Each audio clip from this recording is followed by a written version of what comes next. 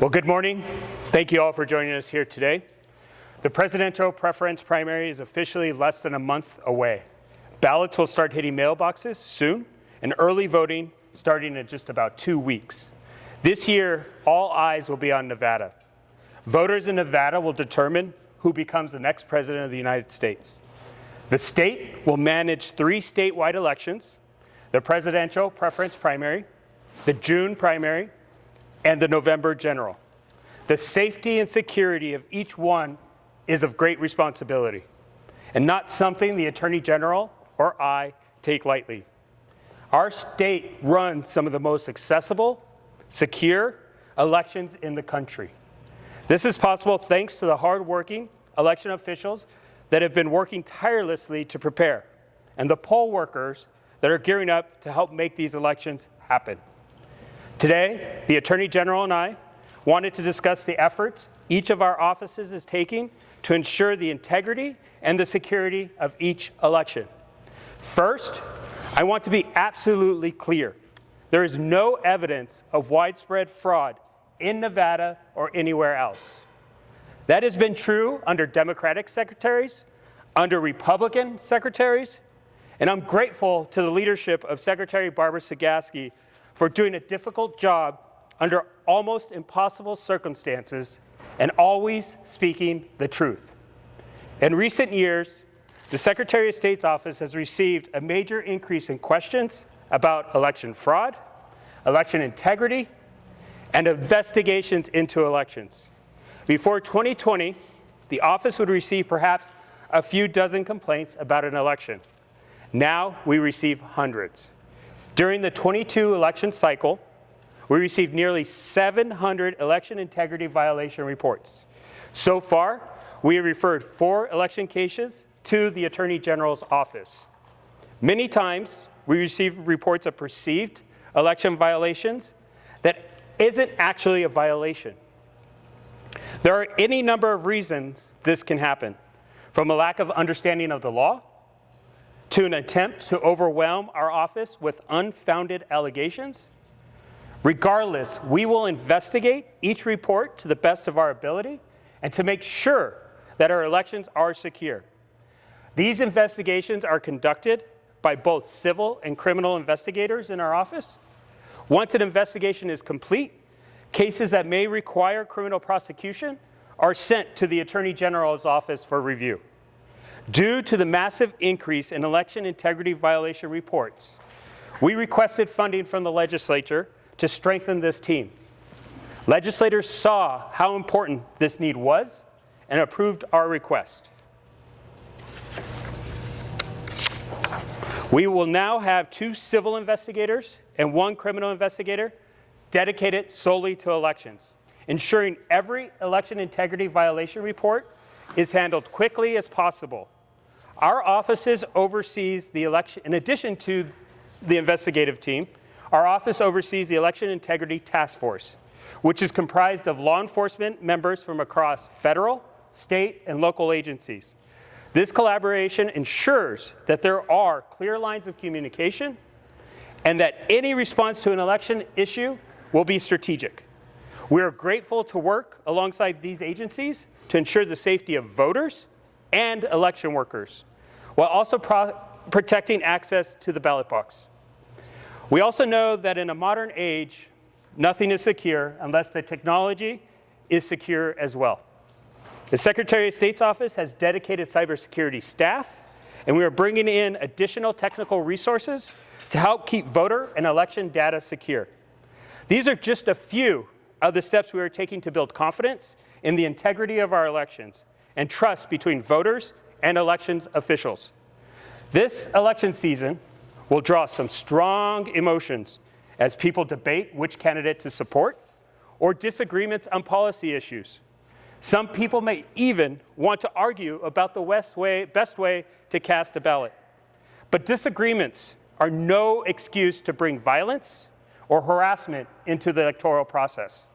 That's not how a democracy works. We know you, the media, plays a crucial role in our elections. You all are on the front line of the stories, educating voters, and holding elected officials accountable to their duties. We ask that you also take care to not spread election misinformation, regardless of where it comes from. Our efforts going forward will include regular updates for the media on election integrity investigations.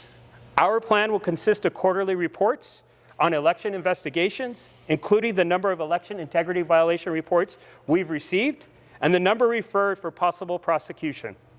I want to emphasize that this data may not be available at a drop of a hat, but will include in-depth details on will not include in-depth details on each individual case, but with consistent reporting, we will increase transparency for you and the people of Nevada.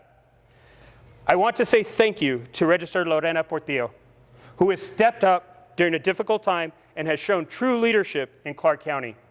She's taken significant steps to increase the security of our elections and the capacity to process ballots more efficiently. The clerks and registers across the state are working tirelessly to ensure smooth elections this year. I want to take a moment to encourage everyone who can volunteer at the polls this election cycle to do so. No matter where you live in Nevada, democracy is stronger when we work together as a state. Our rural counties especially need help. Douglas County, for example, in northern Nevada, has been able to recruit about 60 poll workers this year. That's about half of the number they usually get. To help deal with this issue, the Attorney General and I are making a call for the State Bar of Nevada to allow lawyers to get CLE credit, continuing legal education credit, for working the polls this election cycle. Our nurses stepped up during COVID. It's time for lawyers to step up during a time of need when democracy is at issue. The future of accessible and safe elections depends on us creating strategic plans to support election workers. If Nevada incentivizes lawyers to volunteer as poll workers, they can bring with them their expertise and the authority of the law. This kind of initiative would allow us to make long-term investments into workforce development programs that will build a stronger base and pipeline of election workers. As we work on this program, I encourage everyone who can to volunteer, support our country, support our state, and support our democracy. This is all would not be possible without the collaboration of the Attorney General and his office. I'm grateful for his relationship, and I'll hand it over to him now talk about their efforts. Mr. General. Thank you. Well, good morning, everybody. I do have some prepared remarks that I'm going to get to, but I would be remiss if I didn't start by first acknowledging where we are right now, and that is at one of the centers of democracy, an election center here that's very important to what we're talking about today. And I likewise want to thank the workers, our election workers, for the work that they put in under some extraordinarily strenuous circumstances. And I just want to say thank you so much for what you do, and I want to ask that you just understand that we have your backs, and we will continue to support you as you undertake this important endeavor. And I also want to, before I get to prepare remarks, thank the Secretary. Mr. Secretary has been at the forefront of this conversation since the moment he was elected. He and I obviously toured together, so to speak, when we ran for office, and we immediately began having conversations around the best ways to work together. This is yet another example of his leadership, and I'm thankful and grateful to you, and so should the state be for your work. And so with that, let me begin my prepared remarks. Again, hi, everybody. I am Aaron Ford, your Attorney General, and I'd like to thank you for coming out today, and frankly, wish you all a Happy New Year as well. I'd also like to thank Secretary of State Aguilar for the vital and important work that he is doing to ensure our residents continue to benefit from the free, fair, and safe elections that Nevada is known for. As we enter this new year, we inch even closer to the 2024 elections. Ever since the last round of elections in 2022, Secretary of State Aguilar and myself have been in close contact about how best to ensure the safety and security of the 2024 cycle. Let me be clear. The 2024 elections will be free, fair, and safe. Agencies ranging from my office to the Secretary of State's office to local law enforcement to our local partners will all be on the ground, and we will be responding in real time to any complaints that we receive. Our offices will be putting in the work so that Nevadans can be sure that their votes and their rights are protected. Our team will have investigators on the ground with local partners and the Secretary of State. These investigators will, if necessary, help route Election Day complaints to appropriate agencies and respond to the day of complaints regarding voting sites and activities both in the office and in the field. Election cycles are one of the times in which I'm most proud to work in law enforcement. As teams across Southern Nevada and teams across all Nevada and in the state work together to ensure that Nevadans can exercise their most precious democratic right safe and without harassment or pressure. Let me be clear on this point as well. We do not expect widespread voter fraud in this or any other election in the state of Nevada. Our elections processes are secure and safe, and I have the utmost confidence in the Secretary of State and the election departments of our counties across the state to ensure ballot security. However, I want to emphasize the point that I have consistently maintained since the 2020 election and subsequent false conspiracy theories regarding widespread voter fraud. Any allegation of voter fraud is one that my office takes very seriously. If you have evidence of voter fraud, of someone voting twice, or of similar allegations, I urge you to file a complaint with the Secretary of State or with my office, and do it post haste. We will investigate, and if the allegations have merit, we will prosecute. I can point to past instances in which we have in fact done just that. In the aftermath of the 2020 election, my office prosecuted Donald Kirk Hartle for casting his deceased wife's ballot after claiming that someone had stolen her ballot and cast it themselves. That case was particularly egregious as it had been used as a false example of widespread voter fraud. We've also charged 3 others for attempting to vote twice in 2022, and 2 others for attempting to vote twice in 2020. And even before that, one of the first things that I did was to prosecute someone from 2016 who had voted twice in federal elections. So I want to be clear that these are attempts at voter fraud. That's important to note. These are attempts at voter fraud, meaning that these people were actually caught in an act and the system actually worked. We can't create a system in which people cannot attempt a crime. However, we can, and we have, created a system that actually catches the people that commit those crimes. Before I end, I also want to take time to thank again our elections workers and our officials who do such vital work in ensuring that our democratic processes are running smoothly. Sadly, in the aftermath of the 2020 election, our election workers were the target of harassment and political pressure. I'm glad that the legislature passed laws to protect them. I'm glad that our Secretary of State brought that bill forward. And I'm glad that my office prevailed against the nonsensical complaint filed to eradicate that law. In 2022, we maintained a law enforcement presence that was aware of these campaigns' work, and we kept the election workers safe and protected. We will do the same this year. This protection extends to all voters as well. Again, while there's no evidence of widespread voter intimidation last election, I want to encourage any Nevadans who have been the target of intimidation or political pressure while voting to file a complaint with our office as well. Nevadans must be able to exercise their right to vote. And if you want to vote in person, you should be able to do so safely and under the protection of many different law enforcement agencies. I want to stress again that voter intimidation is illegal. If you see it, please report it. Contact my office or another law enforcement agency. If you're the source of the intimidation, understand this. If you've taken it upon yourself to harass people exercising their right to vote, then no, we will not be taking those crimes lightly. I'm confident in the security of the 2024 elections, and I'm confident in those investigators who are doing such great work in my office. I'm confident in the local law enforcement agencies' capabilities, and I'm confident in the work of the Secretary of State and his staff and the work that they've done to protect our democratic rights. I look forward to continuing to work with them to do exactly that as well. So thanks again, you all, for coming, and we'll take a few questions. Attorney General, Board Secretary, was there's been a lot of turnover in election departments across the state, most recently with Washoe. Can you talk a little bit about different training and different preparations you've been doing to kind of help people get more comfortable and get prepared for the elections? Absolutely.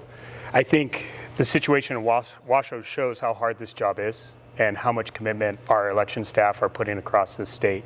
We need to support them in those efforts. And so what we're doing at the state level is making sure they have resources, they have access to training. My Deputy for Elections, Mark Velashan, has done an incredible job of communicating with each and every county clerk, understanding their needs and giving them those resources to be able to meet those needs. But it's just being a resource. Understanding we talk every 2 weeks. There is a conversation that's had between my office and all 17 county clerks. We're up to date. We have individual conversations. Mark Velashan is one of the most responsive individuals in the world. So he makes sure and cares for each and every one of our county clerks. But also, too, I think we have to recognize some of the efforts that the legislature made. One is creating the manual, but also, two, recognizing some of the protections that these workers need to give them an environment where they can work and feel safe. And so making sure we follow through on some of those situations. Everybody wants to do what they do for elections. They do it because they care. And they want to make sure that the voters understand how hard they're working. And so we need to listen to them. It's a lot of listening and then following through on meeting their needs. You also mentioned some of the steps that Register for Geo has taken to kind of help with integrity. Can you talk a little bit what some of those steps were that you've taken? Absolutely. It's making sure we're continuing to recruit the poll workers that we need to make sure the process works. But it's also, too, looking at the flows and looking at the systems and seeing where we can make improvements and where we can improve efficiencies. Look, I believe Nevadans deserve to have election results on election night. We're never going to be able to call every race in the state or provide results because we are a swing state. We are a battleground state. We need to make sure the results are 100% accurate.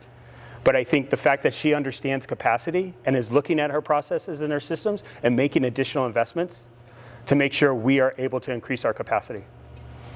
Yes, sir. So you mentioned the whole state bar trying to attract lawyers for poll workers. What's the status of that effort, and is there a timeline for when? Yeah, I've reached out to a few board members. I've talked to them about this issue. I understand there's a meeting coming up on the 16th. So it's in the hands of the state bar to decide what's in the best interest of its members. As a member of the bar, and we didn't come out with this, proposal lightly. This is something I've researched throughout the country. I know it's working well in Michigan. Talking to the secretary there, but it's also too talking with my fellow lawyers and saying, is this something that you think would be beneficial to the bar membership? Every person I talked to got a smile and was excited about the opportunity. CLEs are not fun. You have to do 13 hours every year, and sitting and listening to videos for 13 hours is not the most exciting thing. But being able to participate in our democratic process and understand how our elections work is super helpful. And you also mentioned in Douglas County there's a big shortage of poll workers. I'm wondering the status of poll staffing across other counties, Washoe, Clark. We are talking with them to figure out how. There's a few things we're working on to make sure that we're able to fill those gaps. Question for Attorney General Ford. Can you talk a little bit about your office's communication with law enforcement partners? If somebody wants to report election fraud, should they be reporting to your office? Should they be reporting to local law enforcement? Is there a line of dialogue between law enforcement and your office to make sure that any reports don't fall through the cracks? The short answer is yes. There's absolutely a lot of communication between not only my office and other law enforcement agencies, but also the Secretary of State's office. The Secretary of State does run an election integrity task force, I believe is the name of the organization, and it is something that obviously is more active the closer we get to elections, but we have seamless communications, whether it's through my Chief of Investigations, William Scott, who is able to connect with colleagues over at Metro or colleagues of ours up north. We do have conversation around that, and we ascertain who is the best entity to respond and address in a timely fashion. Yes, sir. Yes, with election integrity obviously being important, this is a question for either two of you. How have you kind of addressed any confusion with the primary system, plus still having a Republican caucus, and any confusion and anybody, kind of thinking of voting twice or anything like that with a Republican caucus plus primary? Right. We've really tried to get a message out there, and we've really relied on the party to message to its members about the caucus process. We are here and we are responsible as a state to run the primary, and to make sure understand why we do the primary and the way we do it. We are obligated by law, this was passed in 2021 by the legislature, to have the state run a primary system. It's advisory.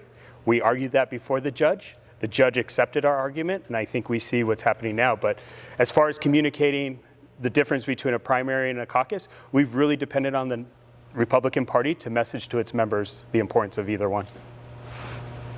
But there's a constant line of communication with leadership within the party to make sure that we're working to, this all falls on voters, and we want to make sure voters are as educated as possible about the process.